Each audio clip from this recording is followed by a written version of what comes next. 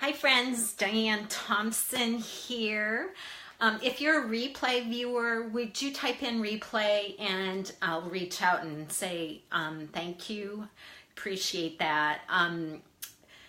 My topic today is called this badass isn't really the evil enemy we once thought it was.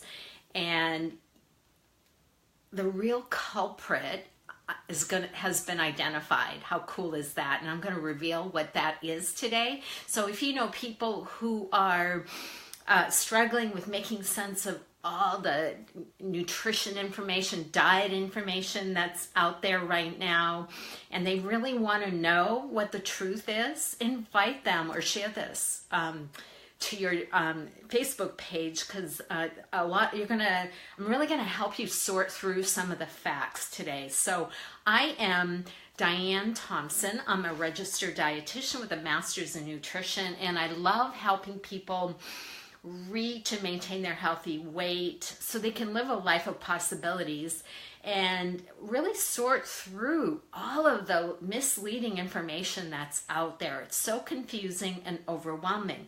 So I love to help you sort through information. So that's what we're going to do today. I've been in the nutrition world now for over 30 years, and I've watched a lot of things come and go. You know, high protein diets, it was called Dr. Atkins diet, high carb diets, that was years ago, and on, right? And really there's nothing new under the sun. So they kind of rotate through, it's kind of like cycles of some of the more common diet plans. So today we're going to look at the real evidence, what is really true, okay? Because sometimes it is hard to sort through. So there goes my dog barking. I apologize about that. The real truth here is that we still, in spite of all these diets, have a growing epidemic of obesity. I don't know what to do about my dog. Anyway, we have a growing epidemic of obesity, and that's nothing to laugh at. And it's getting worse and worse. So none of the common diets that are out there they're not working, okay? Diets really don't work. We already know that. So all these fads aren't working. And kids today have an even worse epidemic of obesity than when you and I were kids, okay? I didn't know any overweight kids. I don't know if you had overweight kids in your class, would you type in overweight? I don't remember any. There might have been some kids that were a little bit chubby, but for the most part, I think I'm going to shoot my dog. For the most part, we didn't have chubby kids. Roscoe, hey, stop. Sorry about that. So diets aren't working, okay? We know that. So let's get back to some real basics around carbs and proteins and fats. Let's start with carbs. And, we've kind of made carbs into this enemy, right? And that's why I called it the badass. We really have made carbs into a badass, right? And in and of themselves, they don't cause obesity. Let's get that really clear and really straight. So let's look at some of the facts around carbs. I mean, I'm not saying you should eat them at will or anything like, and just eat carbs, but let's look at some of the things that you want to be aware of when you're making decisions around the foods that you eat. So let's talk about simple carbs, okay? Simple carbs like white pasta and sugar and things like that. They're generally white rice. What they do is if you're eating too much, what's going to happen is your blood sugar is going to peak, and then insulin's going to be secreted, and then your blood sugar is going to drop, and it's going to increase your appetite. So you probably want to minimize those unless you're a real active person, an athlete or something like that.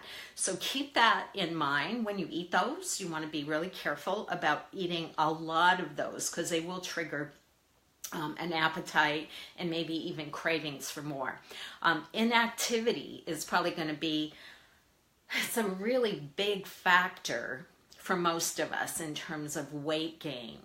So be aware of that too. Get up and move. I did a video, I think it was last Thursday, a week from today, where I showed you how to burn more fat in 4 minutes. So go back and watch that to give you some ideas of how to get some movement in and burn more fat. Moderation with carbs, I think, is really worth considering. Be careful, don't eat too much. Eat ones that are high fiber, so then you don't get that big spike in your blood sugar. So things like whole grains, for the most part, are going to be much better than white pasta, so whole wheat pasta, that kind of thing. So here's a really good tip. Eat off of a 9-inch plate. Okay, so most of us have massive plates. They're almost platters. They're serving platters.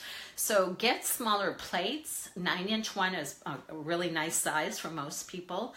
And divide your plate into quarters. So half of your plate, so 2 of the quarters, have them be vegetables, the other quarter protein, and then the other quarter a complex carbohydrate, so a whole grain carb of some sort.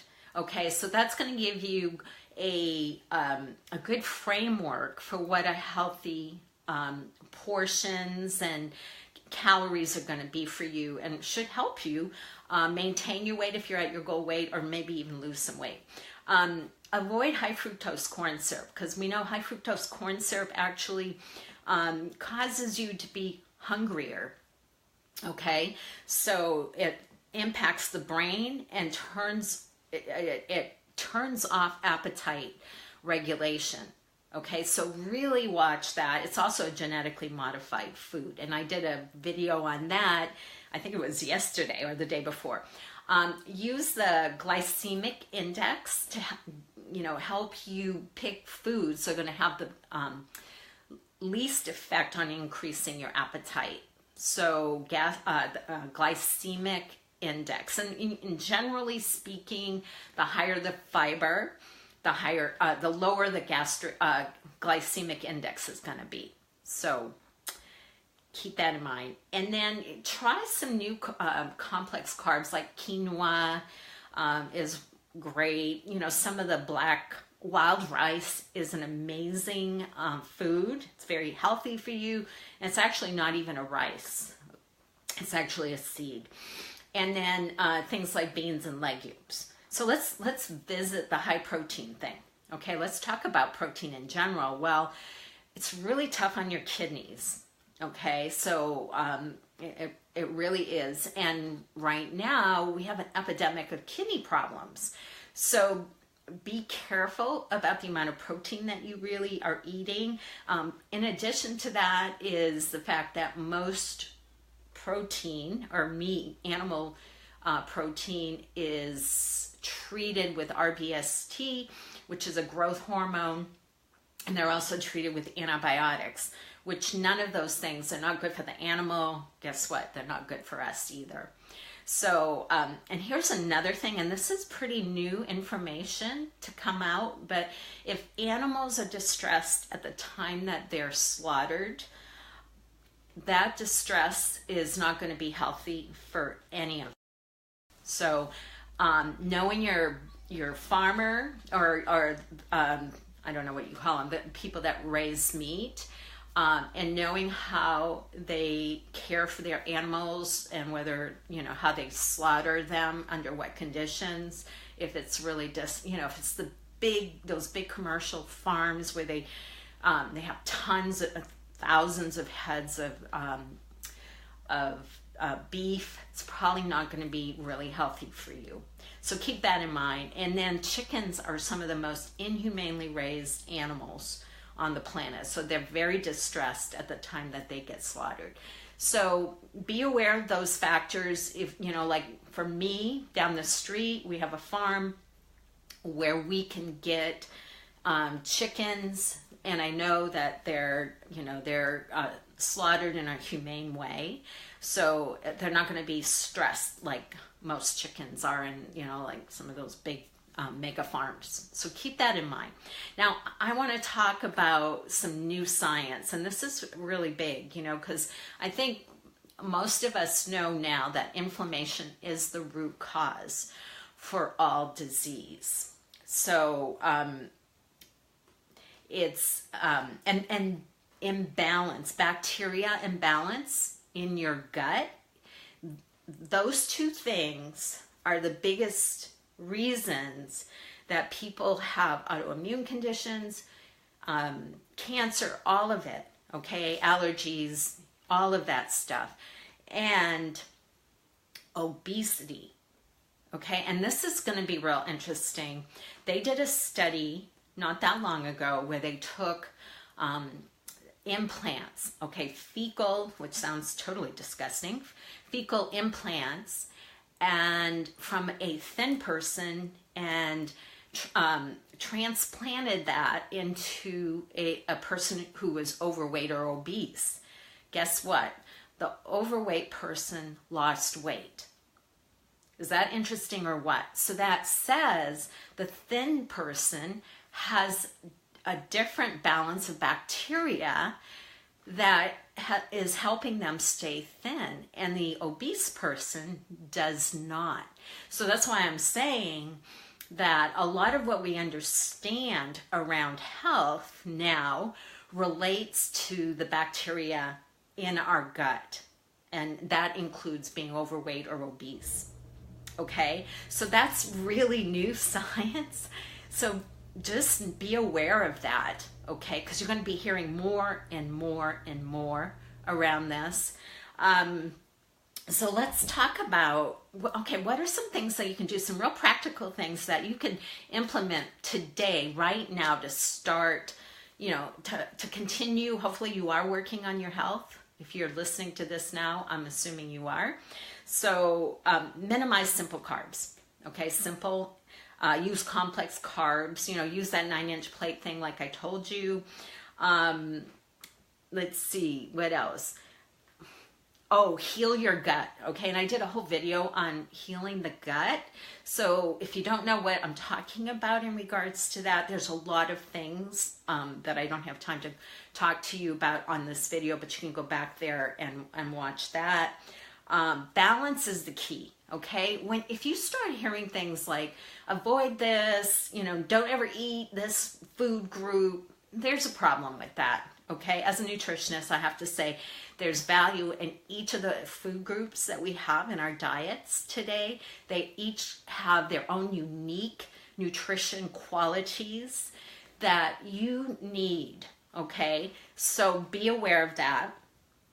And then, let's not demonize foods. I mean, that's just number one. I work with a lot of women who, have all these mindset issues, and this is good, this is bad. And, that's not healthy. It's not a healthy way to live your life, especially around your health.